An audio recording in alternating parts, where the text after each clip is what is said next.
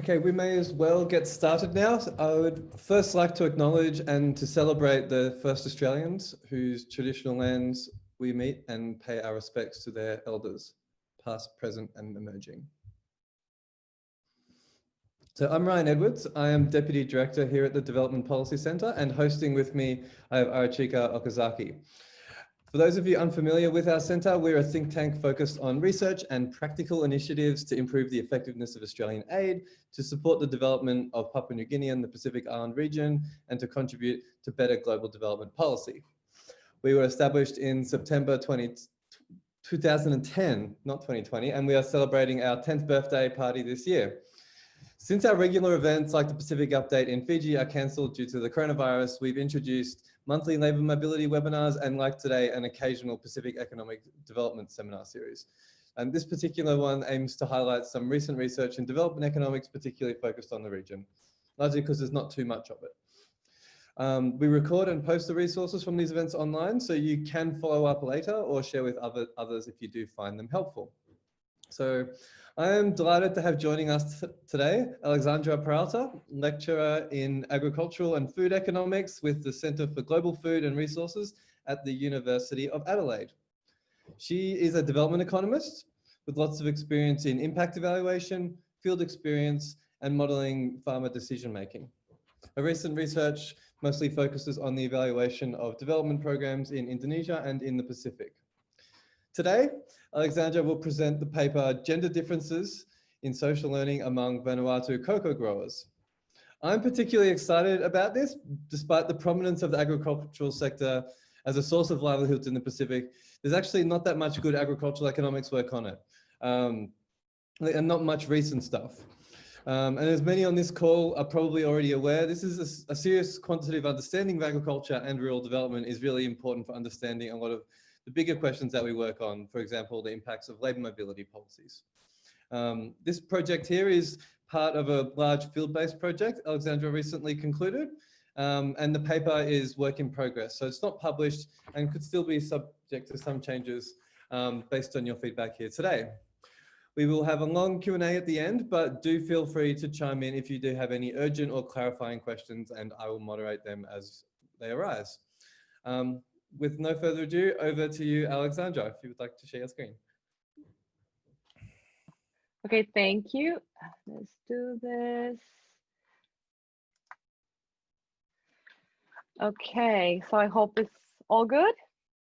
Okay, so I would like to thank the Development Policy Institute of ANU and Ryan for inviting me to give this talk.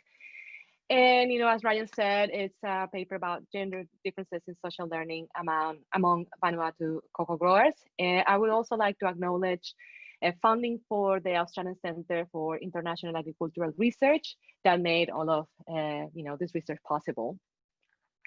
So let me begin with a little bit of background. The literature on technology and adoption tells us that information about agricultural technologies and how to use them has the potential to increase adoption. And but acquiring information has a cost, both for governments who are financing the public extension system, and also for individuals that need to invest time searching for information, that also need to invest time learning about technologies and how they operate, and also cost of their own experimentation with these practices at their farm to determine whether they work under their farm circumstances and that they are, you know, adequate within their farming system. Learning from others through interactions via social networks has arisen as a strategy that has been recently promoted as being cost-effective in comparison to traditional extension services. And in many developing countries around the world, public extension systems are becoming, you know, have become underfunded. And so alternatives are being proposed to reach wider rural populations and provide them with the information that they need about new agricultural technologies that become available. Okay. The recent literature has focused on looking at social learning, and in a simplified way of explaining this is that individuals learn from others who adopt technologies, and they observe their behavior, meaning by this that they observe their decisions on input use, and they also observe the outcomes that they get from using technology, how they work for them, and as a way to reduce their cost of own experimentation. And this information that they get or acquire from others may or might not trigger adoption. A lot of the recent literature in agricultural development focuses on looking at social learning, or looking at learning through social networks and adoption. But there's less that has been done in looking at information transfer, which you can think about it as kind of the step in between, learning from others, then acquire the information and then make decisions based on it. And as I said, information of access can affect the success of adoption. So having the right information about how a technology works and operates and how it needs to be implemented is also going to affect how successful the implementation of this technology is, and might reduce the likelihood of farmers disadopting it. A lot of these recent studies, or relatively recent studies, have focused on looking at the male head of the household, or the man who is considered the manager of the farm, and less has been done with respect to women. And many of these studies, as Ryan mentioned, there's not much that has been done in the context of the Pacific, or very little, or very outdated. And a lot of these studies that have been done recently focus on the context of sub-Saharan Africa and South Asia. So the contribution that I'm aiming to do with this study is to look at information transfer among about agricultural technologies among men and women in the context of the Pacific. And the research questions that I'm addressing are, is there evidence of information network effects on cocoa smallholder farmers' knowledge about recommended best practices for production and post-harvest of cocoa? Do these effects differ between men and women? And to answer these questions, using Vanuatu as a case study and cocoa as an example. Let's talk a little bit about the context of Vanuatu cocoa and women within production of cocoa. So cocoa is the third most important source of cash in Vanuatu. The other main cash crops in the island are copra and kava. And cocoa is produced mostly by smallholder farmers in the islands of Malakula, Epi, and Santo. These farmers face many challenges. These challenges include, the incidence of pestle diseases, poor access to yield-enhancing inputs. There's, in these remote islands, there's no input stores where the farmers can get fertilizer or other type of inputs for agricultural production. So they mostly use land and labor.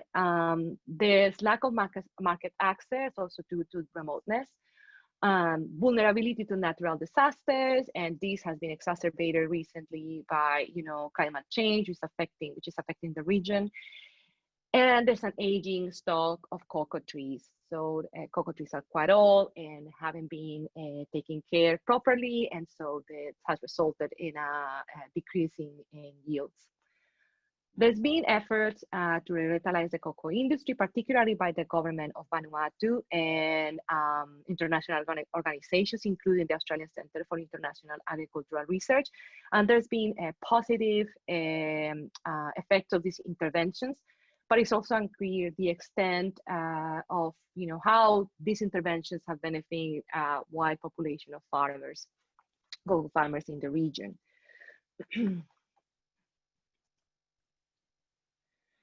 In terms of women and the role of women within cash crops in general, and including cocoa,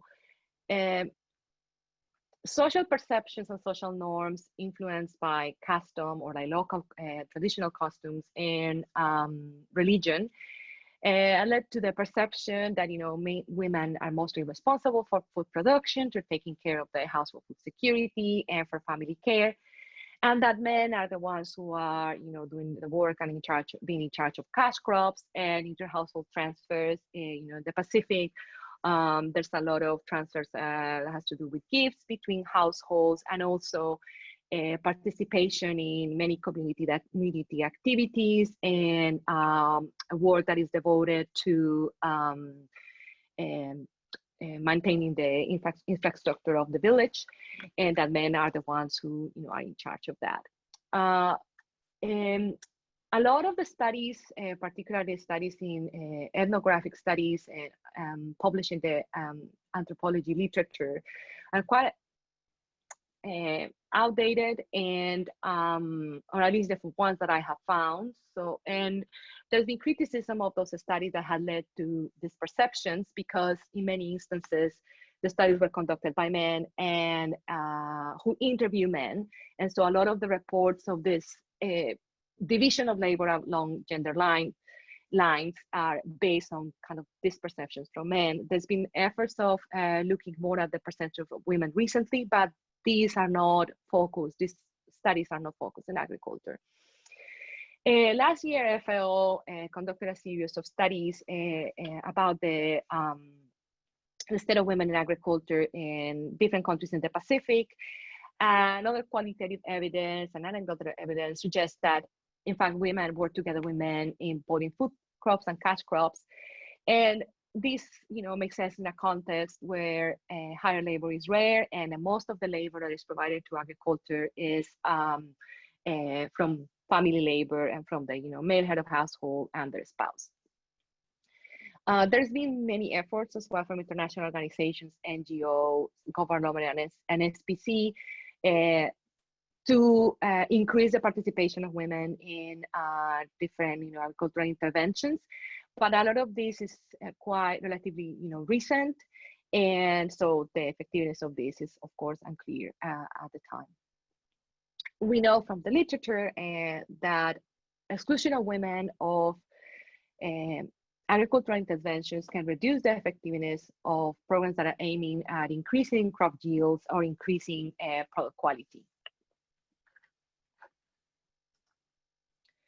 So the data that I'm using for this study consists in a representative sample of the population of cocoa growers in West Epi. And this data was collected in 2018 and corresponds to the two cropping seasons between July 2017 and July 2018. The population of cocoa growers in West Epi is about 130 households. These are established cocoa growers, which means growers who harvest cocoa from their trees. And within the sample, we have 9 villages and a total of, in those villages, a total of 118 households. And within those households, we interview 118 men and 106 women. Women in Vanuatu and in general in the Pacific are extremely busy, and it took a lot of effort to get women to sit with us and answer to all these questions because of all of the different obligations that they have. So unfortunately, for 12 of these women, we couldn't get complete information. That's why we didn't include them in the analysis. The survey contains information about socioeconomic characteristics of these households, and also information about the cocoa farm characteristics. And we also included modules for men and women. For collecting this information, the numerators were the same sex as the respondents, and the modules include questions on participation in agricultural activities, different sources of information about cocoa production and post-harvest, detailed social networks data, and a detailed knowledge test. I also would like to add here that we interview men and women separately and individually to avoid that the presence of their spouse or other members of the household might influence the responses to the survey questionnaire. We also have here that all of these men and women are couples, so we interview the male head of the household and the spouse. So I'm going to start showing you some descriptive statistics about, for some of the questions that we asked. I'm going to start showing you that men and women participate almost equally in agricultural activities, and we also have information about copra and kava. I'm just showing you for food crops and cocoa so I don't overwhelm you with lots of data. So first of all, we have here, we asked men and women if they're participating in these activities between July 2017 and July 2018. And so as you can see here, men and women participate almost equally in growing and harvesting food crops. Although the sale of food crops, women participated more than men did. And for the activities related to cocoa production and post-harvest, we also have that in almost all these activities, women participated almost equally, than men. So these are the proportion of the percentage, of women and men that said, okay, I participated in the activity in that period of time requested. So we have that weeding, harvesting, almost equal participation, the same of drying and the sale of wet beans. There's a higher percentage of men that participate in pruning. Pruning tends to be perceived as a more physically demanding activity, and men tend to be perceived as the ones who undertake pruning. However, we have 63% women who did pruning during that period of time. Fermenting was done by more men than women, a higher percentage of men than women. It was interesting to hear from some of the women that so it has to do also with the characteristics of the technology that is used for fermentation. So this big 1 cubic meter boxes are used, and some of the women said that sometimes they were placed quite high and it was hard for them to do this activity because they had to climb and turn the beans during the fermentation process. The sale of dry beans, more men reported that they did this. Dry beans, the price of dry beans is more than twice higher than the price of wet beans. So men tend to take over this activity to have control over the income. But we see that 30% of the women participated on this. The main difference that we see here, this is training here. This is training in cocoa production and post-harvest. So we see that women participate in many of these activities almost equally than men, but the participation in training is very limited. Only 5% of the women reported that they participated in training in cocoa. This was asked for the last 5 years, not just the last year, but the last 5 years, and only 5% women did, whereas 21% of men didn't participate in these activities. We also had information on what are the main sources of information about cocoa production and post-harvest. And most of the men and women, so 84% of men and 93% of women, said that the main source of information for them was their family and friends within the village. This was followed by cocoa buyers and the cocoa producers organization. There's a bit of overlap between these two because the local cocoa producers association purchases cocoa beans from farmers to process and sell. Extension agent, only 7% of men and women responded that this was one of the main sources of information. So this is kind of indicating to us that the access to a formal extension is quite limited. Okay, now I'm going to move to talk about the methodology that I use to measure networks, and also I'm going to talk to you about how we develop the knowledge test. So yes? That's probably a good time just to quickly deal with the one question in the Q&A, which was why you use the same sex enumerators. So, why? Well, we're trying to be very mindful on not causing any issues of misunderstandings locally. So that was a way to avoid that, just using same-sex enumerators, and just to ensure that our respondents were feeling comfortable, being, by themselves answering questions to somebody else who's not from their village. So that was the main reason. Cool, thanks. Sorry, continue, please. Yeah, thank you. Okay, so so for measuring networks, we use a method that is known as random matching within sample. It's a method that has been, is well established in the literature, and it has been proven to work very well to conduct a statistical inference about network effects. And it basically consists in asking every individual included in the sample about between 6 or 10 other individuals that are also in the sample. So I hope that makes sense. We restricted the network to the village, and because most of the sources of information of family and friends are within the village, so that makes sense. And we also restricted it to the same sex, again, because we just were trying to be very mindful of avoiding any conflicts or misunderstanding about, having somebody who's not from the village asking a man or a woman about other people within the village, or how often they meet, and all the, their interaction with them. So we just were trying to be very mindful of that. So each man and each woman in the sample were asked about 10 other men and women that were included in the sample within their village. So again, I really hope that this is making sense to everybody. I'm happy to clarify further. I used two main questions to establish whether there was a network link.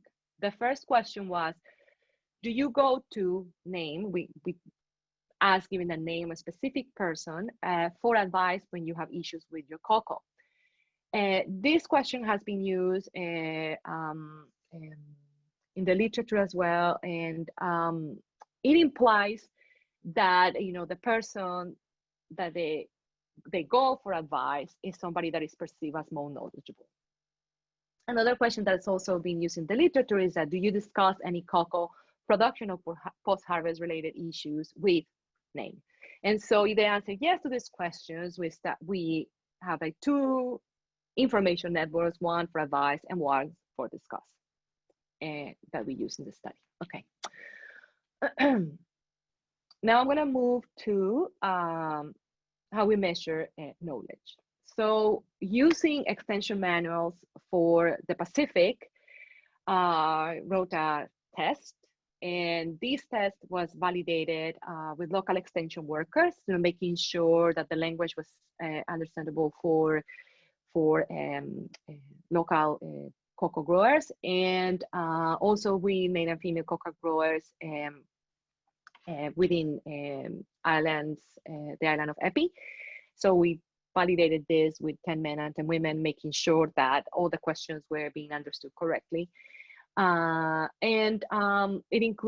questionnaire includes multiple choice questions, true and false statements, and questions that require a specific answer. And we trained enumerators, and most of the enumerators were coming from Port Vila, which is the capital of Vanuatu. So we wanted to make sure that they really understood all the process of production and post-harvest of cocoa. So it was very hands-on training with them. And we took them, to visit cocoa farms in Epi and did all of this. And we instructed them not to read, for the multiple choice questions, not to read the answers, the options to the respondents, and just, made the questions like as an open-ended questions, and let the responders talk and let them speak, and ask the enumerators to listen very carefully and mark the options that were the closest to the answer that the respondent was given to them. And this set of method was also used by Condilis and her paper in 2015. There was a total of 21 questions in production and post-harvest, and a maximum of 58 total points in the test. The final part of the methods is how I estimated network effects. And so I ran a set of regressions separated for men and women. And for men and women, the effects of their network for advice and the network that they go to, that they reported and discuss issues related to Koku. So run a regression. This is based on the linear means model, where the dependent variable is the individual score in the test. So, you know, they answer the test, and I basically tallied, you know, the right answers that they had to the questions. And the rest is against the average of the test scores of the individuals that they reported as members of the network. I also include a square term here, and I'm going to explain why I did that. I include a set of individual characteristics and you know, socioeconomic characteristics, or individual household characteristics, and also farm characteristics, and also the average of the same characteristics for the members of the network, and include a set of, you know, village variables to account for differences between villages. So because this is a cross-section data set, which means it's just like I'm just taking a picture of 2018 of what were the test scores of these farmers, and also, you know, the practices and the situation at that point in time.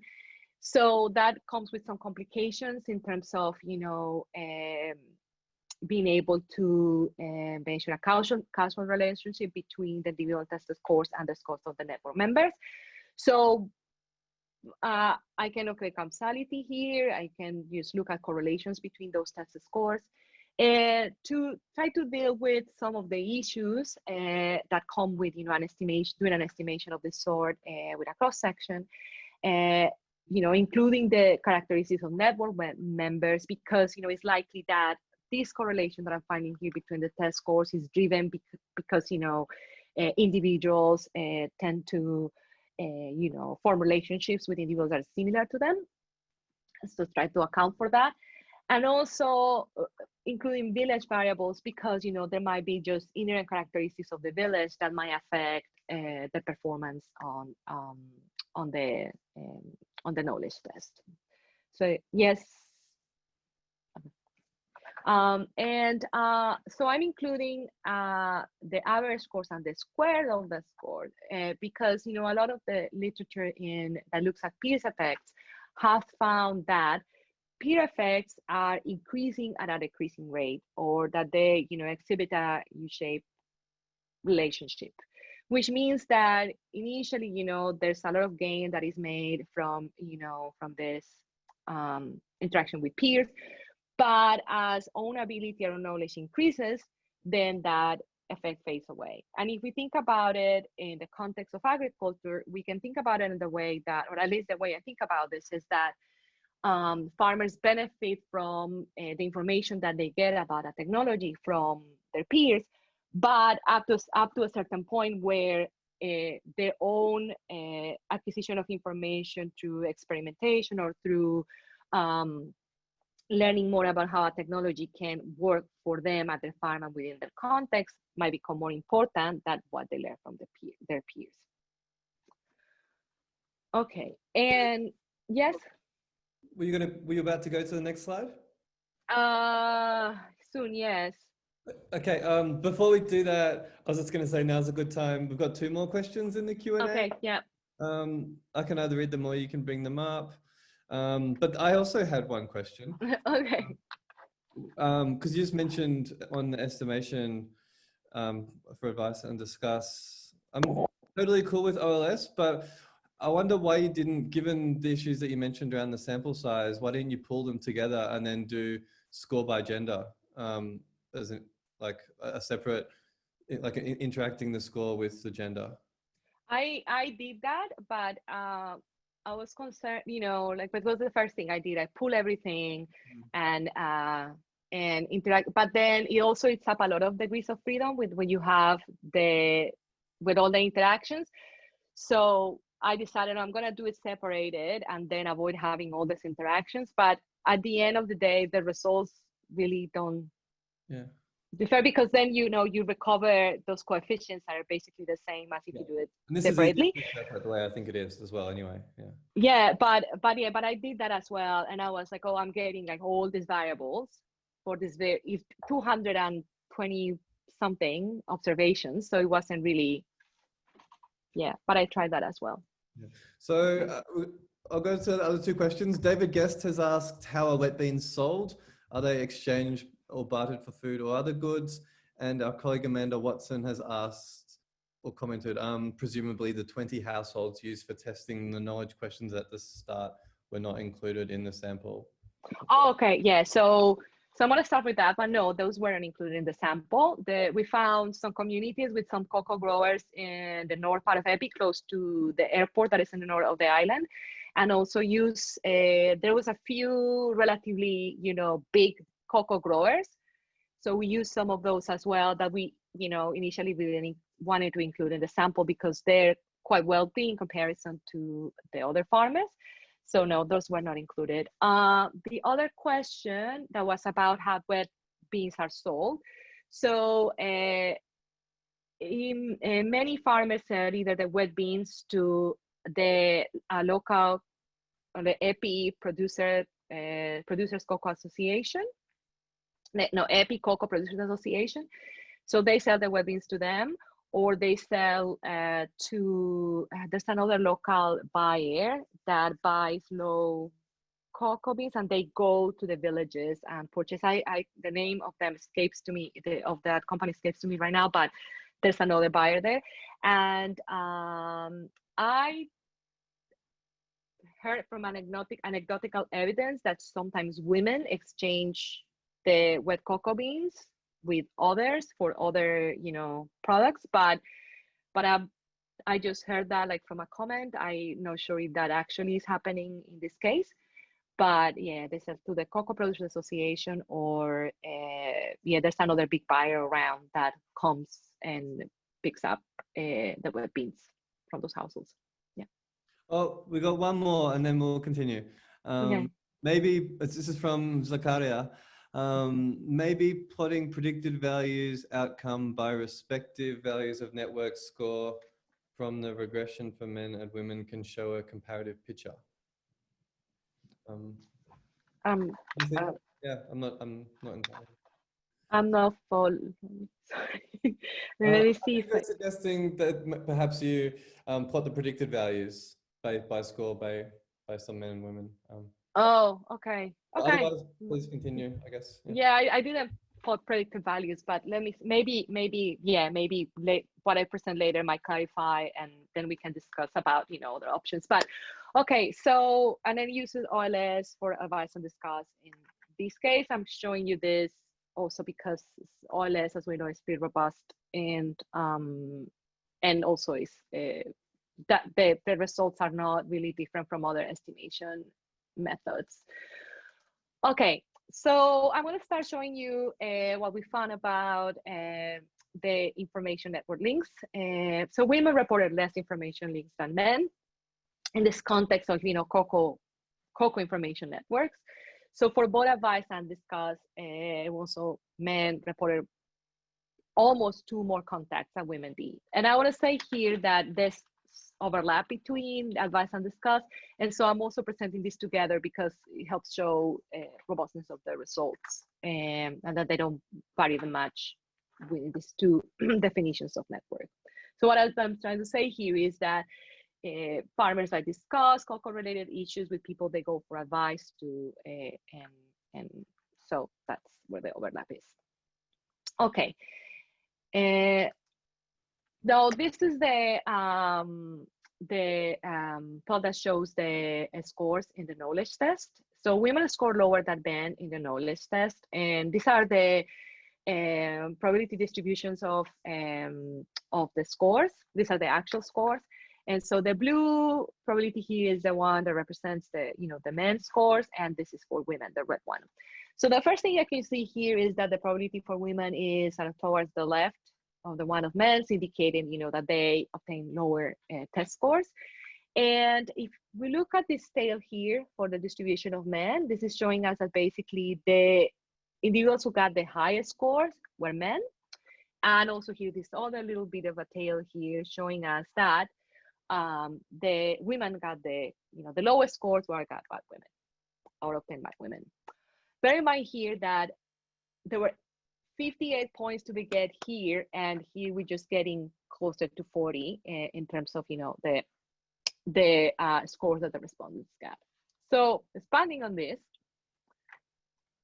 we have that nobody passed the test. There were just 2 or 3 men who passed the test. The test scores were low both for men and women. So what I did here is I took the test scores and by each individual and divided them by the maximum score that they could get. And so this is basically the average of the percentage of right answers.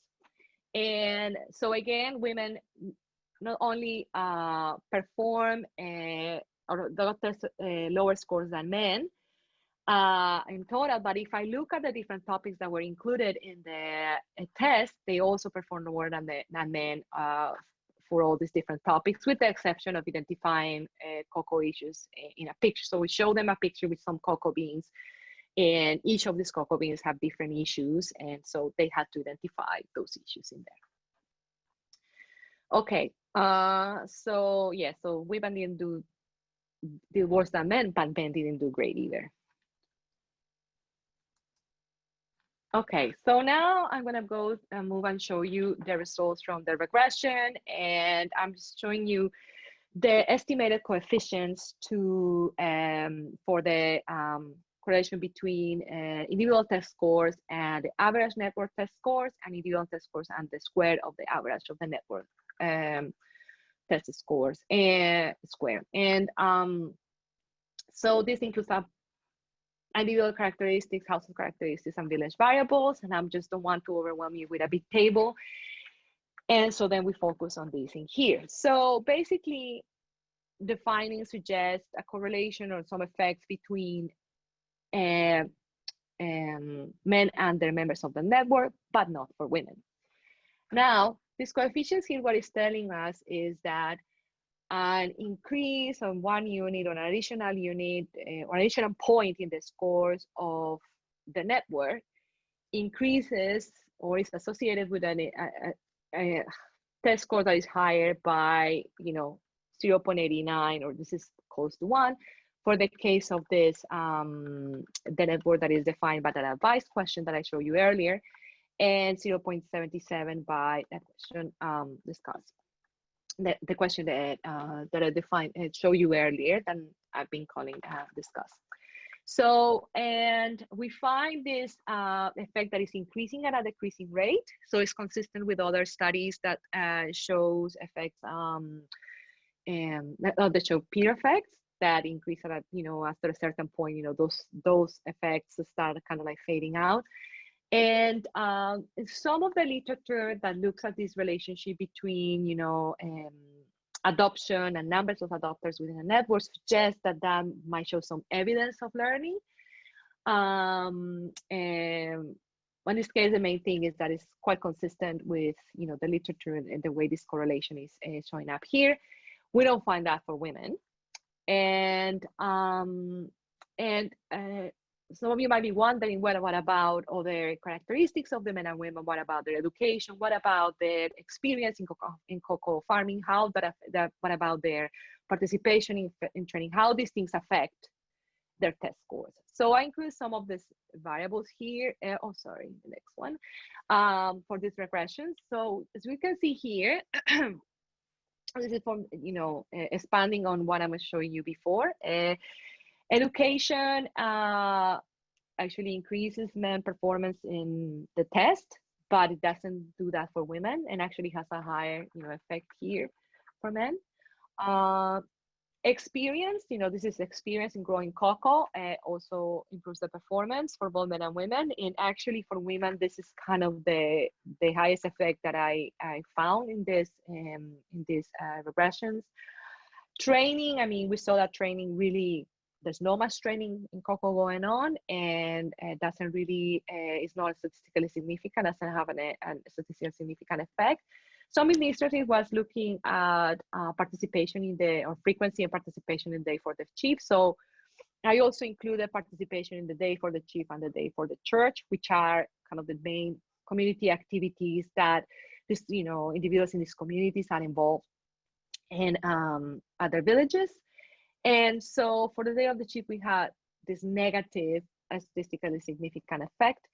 And my interpretation of this is that men who participate very often in this kind of community activities that relate, building relationships with the chief, and doing, discussing issues at the village, might have less time or might be less involved in the, cocoa production activities. And so that might be a reason why this exhibits a negative relationship. I conducted different, I'm not going to bore you showing you a bunch of tables, but I conducted different robustness tests to this, excluding high performers, low performers in the test, also with different definitions of network. And believe me, they're quite robust. And I'm happy to, share anything later with you. And, some of these robustness checks are, no, these robustness checks are in the paper as well. So I think I have shown you a lot of information. So I'm going to give you a summary on what I found with this. So men and women participate almost equally in most agricultural activities. So there's that is very clear-cut division of labor and food crops and cash crops. But women participate much less in training. Training is already not available that much in the island. And then the one that it becomes available, they just really don't participate much in it. Women have less contact within their cocoa information networks compared to men. Both men and women failed the knowledge test, so they didn't do great. And women score lower than men. And if I have some effects with information networks for men, but not for women. So it's kind of like women are, disadvantaged individually and collectively in terms of, the information that they have about recommended best practices for cocoa production and post-harvest. Some conclusions. So these findings have implications for the standard implementation of gender inclusive agricultural interventions. First of all, because more training in this practice is needed for more men and women in this cocoa households in this area in order to, for them to increase their yields and increase the quality of the cocoa that they're producing. Extension programs I want to be gender exclusive, need to, focus more on how to increase women participation. And also helping cocoa growers understand the benefits of recommended best practices, because that's kind of the first step for them to really implement them and continue the implementation of these practices in their cocoa plots. Farmer-to-farmer dissemination channels have the potential to disseminate knowledge in a cost-effective way in the Pacific, particularly, when we have all these rural areas and islands that are quite isolated, where, it's very expensive to bring extension workers. So there's the potential to use that, but more research is required to determine if this is the case, and what type of information networks will be the most effective to disseminate information, and which ones work best for men and for women. And of course, future studies that I hope, I can be part of, to really looking at a causal effect instead of, what I have now, which is more like a correlation, claim causality here. And gender inclusive extension strategies based on the use of social networks can help disseminate information not only about cocoa, best recommended practices. It can help to improve, improvements in the way food crops are produced or other cash crops, and also promote other type of strategies. For instance, how to adapt to climate change, which is a main issue affecting these households. So thank you very much. And thanks a lot for, listening to me. I hope that I didn't go over too much on time. No, thank you, Alexandra. That was really interesting, and I'm really glad that you did take the time to share with us. We do have a little bit of time left for a discussion. Sorry. So we'll go to the audience. It's best if you, rather than posting into the Q&A for me to deal with, if you go into the participants list and you see the raise your hand button, and if you raise your hand, and then we can cut to you and hear you speak on the line. But alternatively, you can also post. I mean, it's up to you. Whenever I do come to you, if I come to you, please do also introduce yourself at the start. Yeah. Okay, let me just grab Yeah. a notebook and a pen just in case. Okay. Okay. So first up, we have Zakaria, who did have a question before. I've hopefully unmuted you if you want to try. Hello. Yes. Yeah. So earlier when I said that, the predicted values. So if we have the square effect, right, in regression, so the effect is likely to be linear, like the way we have seen the results. So it would be better to plot two different curves for men and women to see how exactly is that difference looking like across. So predicted value of, score, knowledge score, or based on the score that you want to say for the knowledge, and then how the trajectory changes at what level. And so that is one thing. The second thing that I am trying to see is that if we can go back to the regression model thing. Sorry, I forgot to introduce myself. So I'm Zaki, and I work at Birla Institute of Technology and Science as a faculty in Hyderabad, India. No, nice meeting you. Thanks a lot for joining today. Yeah. So I'm wondering that if the beta 4 variable related to beta 4 NXI and the village fixed effect, that so if you control for village fixed effect, then there is no point in having that NX X and I unless I am not understanding that beta. Okay, I see. So this here, actually, I kind of try to not to put too much things in the slide, but these are vectors of parameters, and what is included here is the average of the characteristics of the members of the network, or the individuals that have been reported as individuals that the farmers go to for advice, or go to for to discuss with them cocoa related issues. So, and that includes, the education of the average education of the network members, the average experience in cocoa farming of the network members, and so on. So it's basically the same characteristics that are included here, this vector of characteristics of the individuals. Yeah, making sense? So yeah, I got it. Yeah, and these here are the village, dummy variables, because there might be village differences in the test scores that I wanted to account for that, so that I'm not capturing that elsewhere, where it's really something that has to do with the village. Am I making sense to you? Yeah. I fully understand it, but okay, I was just wondering, maybe there is a more appropriate method to take care of these things, and that may be a multi-level modeling, which is basically you nest the data at different levels. So you kind of, the individuals that are within one particular network, you nest them, and you have a random component for them, separate random component, and also nest them in the village as a separate random component in the model. Might have 3 random components in your model. Yeah, that's also another method that can be used. I agree with you, and thanks for the suggestion. And the thing is that I usually, in this case, when there's 118 observations for men and 106 for women, I've been trying to just keep it simple. And as I said earlier, I have tried other different estimation methods, and really the results don't change that much. So if you can keep it simple and you get the same as you get doing something more complicated, like why making it more complicated? That's kind of my take on this. But I completely, yeah, there's definitely something else that can be done. And thanks for your keep suggestion. moving on the questions. We've got lots of hands up. Just sorry.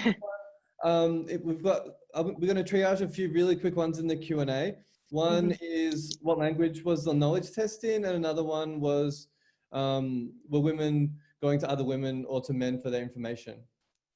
Okay, so what was the one about knowledge testing? Sorry. Or what language was the knowledge test in? Oh no, everything was translated to Bislama, which is the local language Vanuatu. So yeah, so it was in the local language. And the other question was about if were women going to other women or to men for information on coca? Well, we are, assuming that they usually go to other women because, gatherings of, I mean, it's possible that women go to men as well. And that might be a limitation here that I have because we made the decision and like talking, with locals that probably was going to be best to restrict it by sex. And also because in their activities, women tend to get together more with women and men get together more with men. And so that's why we did it. And also because, as I mentioned earlier, I wanted to be very conscious of, not causing any conflict within this household. So if I take a woman, and start asking her questions about all these other 10 men, how often do you meet with so-and-so and so-one or their husband on the opposite to their spouse? I didn't want that to cause any misunderstanding or make anybody, cause any conflict in those households. That's the main reason. And I acknowledge that it's possible that they might have relationships, consult people with other from a gender. But from discussing with our local team, they said that it was more likely that they would discuss with people from the same sex. Great. With hands up, next we have Dika. Hi, my name is Dika. I'm a PhD student at Crawford. I want to ask about the knowledge test score because you mentioned that you actually try to get feedback from the enumerators and then also the other households, cocoa growers who are relatively well off. And is it possible to divide the questions in terms of which one is more basic and advanced in a way that there are some basic questions knowledge that everyone should know when they grow cocoa and then see if the results really differ. Maybe it seems that women will understand the most basic one, but not really the most advanced techniques that probably the men are more familiar because they go for training and others. Thank you. So, thank you very much, Nika, for that. And this is something that I definitely have considered of the different ways of looking at heterogeneity analysis here. I was initially looking, because the questions are not really, I mean, for time and all of that, I wasn't showing the questionnaire, but the questions are not really that complicated. It's more about what are the benefits of this, or how often you do this and things like that. I think probably, what you said about the testing of the questions, we didn't only went to, when we tested the questionnaire, we tested it with farmers that were better off just because they tend to undertake this is for the whole questionnaire, all the different activities. So they might do everything from growing to drying and selling and different outlets. So just to have the enumerators being able to practice the questions for all the questions in the questionnaire, not having parts where they're like, oh, they don't do this activity, so I'm not, they're not answering these questions. So I hope that's making sense to you. In terms of the validation of the questionnaire, we did it with farmers that were in these other villages in the north area of Epi that were also smallholder farmers. So that's one thing. And the other thing, when you're saying over the heterogeneity analysis, overall the questions are not complicated, but that's something that I've been thinking of, continue doing, because so far I haven't found major differences. And I also, because I have a small sample, if I slice it too much, that I'm also not getting, I might be able just to get some descriptive stuff, but not, find very meaningful differences. I hope that makes sense. Yes? Yeah, no, that's great. So let's just take one from the chat and then go to one last one with hands up. So Fiona Lake, I'm prioritizing here because she does not have a microphone and so cannot raise her hand. She has two questions. The first one being, though men and women are similarly involved, women have undertaken less training, and do you have many ideas as to why? And then the second part of the question is that in the ag tech industry, women are much less likely to ask questions at events if they're a minority, as opposed to balanced or women-only events. And do you think that would training specifically designed to suit women be the best way to go? Fiona is a rural drone trainer. Hello, thank you for your question, Fiona. First, why women participate less? One of the things is that sometimes they don't even get invited because, you know, the husband was invited or the men have been invited. So, you know, no need to invite the women. That's basically kind of has to do with all those perceptions about, and also the idea that men are going to learn and then they're going to go home and teach women, which doesn't necessarily happen. And the other thing is that if they get invited, and you know, women and also men and women, but particularly women in these communities are extremely busy. You know, they're cooking for the family, cooking for the men. They have all these community activities and school activities. There's a lot going on, and they have small children. So in many instances, it's like the timing of the training, the location of the training, like women might have limitations on mobility, like the husband might not allow them to maybe go to another village or go farther than certain point around the island. So there's all these restrictions that might also, if they get invited, might prevent them to participate.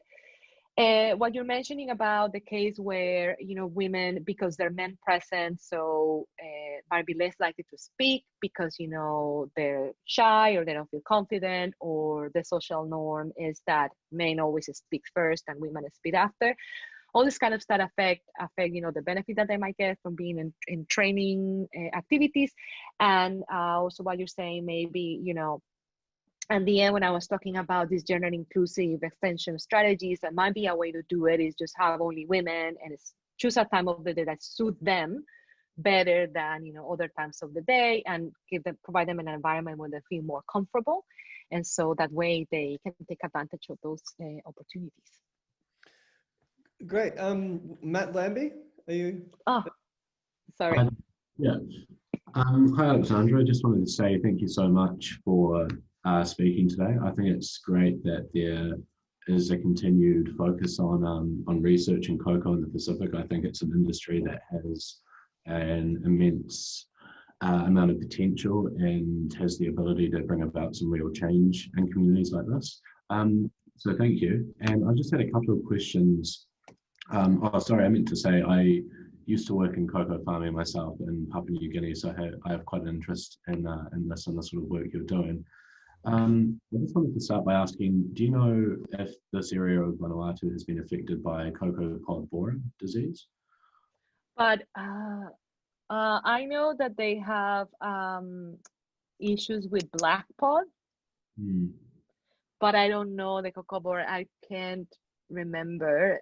At least in EPI, you know, I don't remember seeing that. Like I'm thinking because we asked them a question about pests and diseases, I remember more like black pod was kind of the main thing, one of the main things, and other pests like rats and, you know, the big bats, the flying foxes and things like that. Okay. Yeah, maybe. Yeah, sorry. Go ahead. Thank you. And you touched on this a bit earlier, but in terms of the knowledge test, what was the sort of standard, or where was that criteria initially born out of? What sort of standards did you use to construct those knowledge tests? Okay, so what I did is that ACR has produced several extension manuals for the Pacific. Right. So I took those manuals and read through the information that is usually being provided in the programs to cocoa farmers. A lot of these manuals are in the context of PNG. So what I did is that I talked with some local extension agents and people who works. There's a research facility in Santo that do a lot of research in cocoa. And so I talked to them about, you know, does this apply for the case of Vanuatu? Have farmers been exposed to any of this? So that was kind of a first filter. And then with the extension agents and members of the Cocoa Producers Association in EPI, to make sure that I was not asking them questions of things that they haven't really been exposed at all. So that was the first thing. And then I used that to write the questions. And so that's kind of like the standard that I used. But a lot of it have to do with a lot of the horticultural practices of, you know, pruning and weeding and cleaning under the tree and things of that sort. And some of the post-harvest practices of, you know, fermentation and drying. So if they were doing any, you know, any of these different practices, and also if they understood like why and what was the benefit of those practices. Sure. Am I answering your question, Matt? Yeah, you know, I was just interested to know sort of what the basis of test was and where that was, and yeah, I guess how contextual it was to the region. So that's really good to hear. Thank you. Yeah, I guess. But we're just about at time, and we normally go just one question each. So do you mind if we just move on to one last one and then draw a line? Yep. Thank you. So I want to just not steal the show for the last one, but one of our PhD students here, Sam Coggins, has asked you what you envisage the causal experiments to look at in the future for potential future research to be like. And when you get a question like that from a PhD student, you can't not reply. So I think that's what I wanted to end on today. Okay. Yeah. So I think that I feel like a little bit, I don't want to give you too much away. You're going to go and do your PhD on that.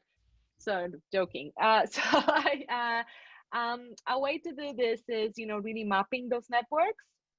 I mean, I'm taking this, you know, probably can be more creative than that. But an initial thought that comes to mind is actually, because this is kind of a restricted, you know, network, is not the entire network that these farmers have.